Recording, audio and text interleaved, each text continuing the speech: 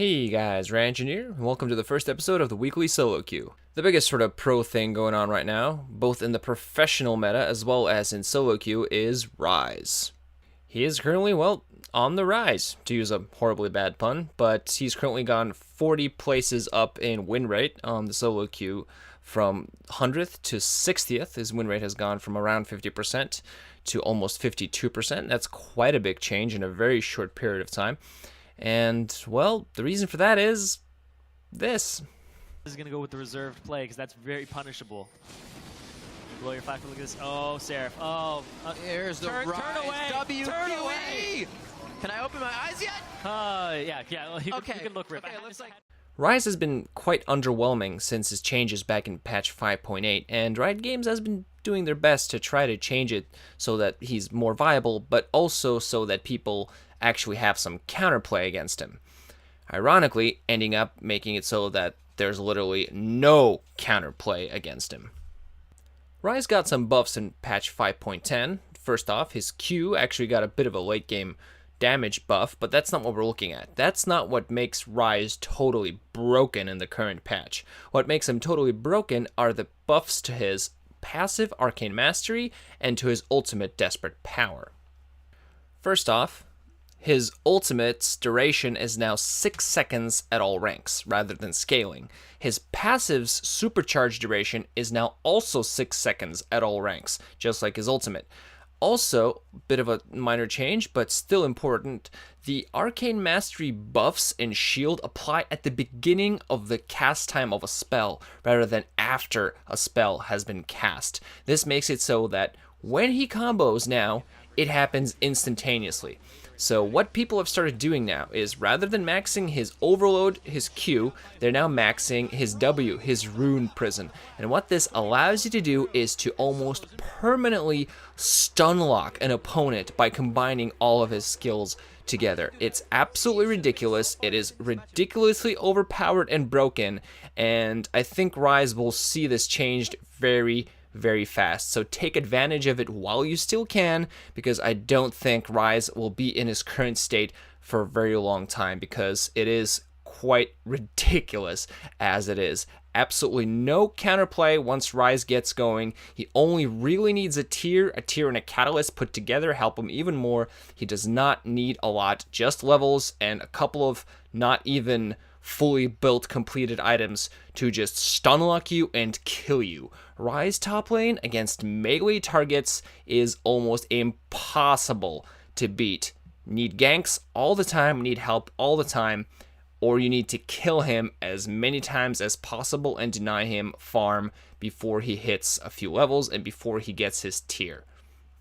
So while Ryze is definitely going up in win rate, and we're going to be seeing some nerfs and some more bans for him definitely as people realize what it is that he can do, let's look at the other picks in the highest win rates and lowest win rates going on right now.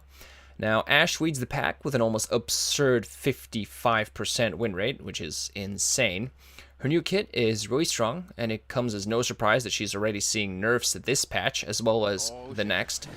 She won't be able to foray towers anymore come patch 5.11, so take advantage while 5.10 is still active and mop up that bot lane and destroy those towers. Nunu is not too far behind, but he's really disruptive, so in good hands he's really powerful in the jungle. Wukong also really high, and his kit makes him incredibly strong throughout the entire game.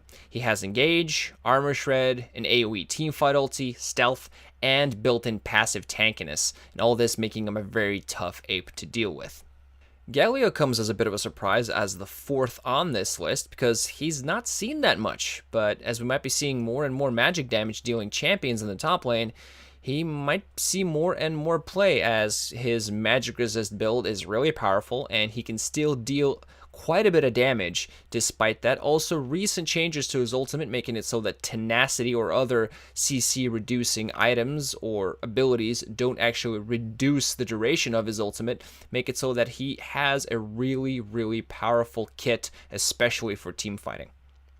And of course, Janna, number 5 in the win rate category, remains the best support champion in the game, with her overall amazing kit and ridiculous auxiliary potential, so it comes really as no surprise that she's actually on this list. On the lowest win rate side, we have Shyvana at the very bottom with a measly 41.76% win rate. This explains why she's been seeing some buffs recently, and next patch will add another buff to her kit. Now, she's been seeing some professional play, but it seems that in solo queue, people really haven't figured her out, or at least not figured out how to win with her. But despite this buff, it remains to be seen whether it will actually raise her win rate at all. So Ezreal and Kassadin, while not quite as bad as Shyvana, are not seeing good days either. Kassadin, of course, was nerfed quite heavily recently and remains not too strong, at least not in solo queue. Ezreal, probably one of the weakest, if not the weakest AD carry in the game. Just his kit does not provide what is necessary or what wins in the current meta, unfortunately. Now, Azir is actually a top-tier competitive pick right now, so his win rate might come as a bit of a surprise, but you gotta remember that competitive play and solo queue are not exactly the same thing.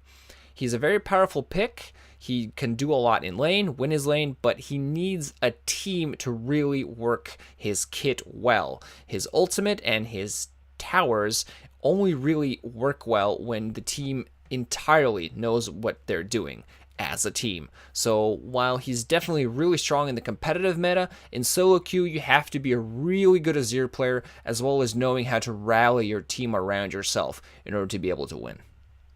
And Aatrox, well, Aatrox is not really seen a lot right now. He can be played top, he can be played in the jungle, but as the meta stands, he's not really found himself a place. He can't build Cinderhulk in the jungle. Top lane, his build is a little wonky and doesn't really provide what's needed in the current meta. You prefer something a little bit different, everything from a tank like Maokai to maybe an AP carry like, well, Ryze, or maybe even a bruiser, and when you want a bruiser, there are better choices than Aatrox, so he's going to need some buffs overall in order to really become effective. Talking about the competitive meta and picks and bans and stuff, let's look at the highest ban rates at the moment. Sejuani remains at the top with 80%, and Gragas not too far behind with almost 70%, but they do remain the top ban champions on the Rift, as the nerfs to them and the nerfs to Cinderhulk still haven't quite taken hold yet. Gragas got a nerf last patch, but still remains strong with his tanky jungler build, and Sejuani's platinum nerf actually didn't end up in the final released version of 5.10, so we'll see how she will be affected next patch when her nerf actually goes through.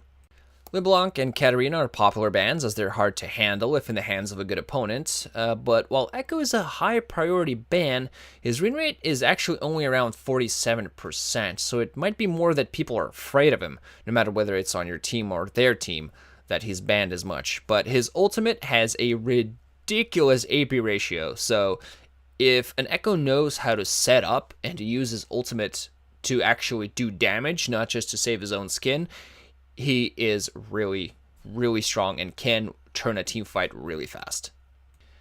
So that's it for the first episode of the weekly solo queue. If you enjoyed it, please leave a like, subscribe to the channel, and also please comment below and tell me your thoughts and opinions. If there's something you would like added to the show, please let me know. If there's something you'd like removed from the show, let me know. It's got to be more if there's aggressive. Some sort of things honestly. you would like me to talk more about. I got a lot more format sustain show than he like does, this one, so please Warwick tell me, is... and I will try to incorporate it. For now, please, check out some of my other vids as well. Just check me out on Facebook, on Twitter, on hitbox.tv, as well as on Reddit, and I'll see you in the next video. So, GG guys, ranching out, thanks for watching, and I hope you enjoyed.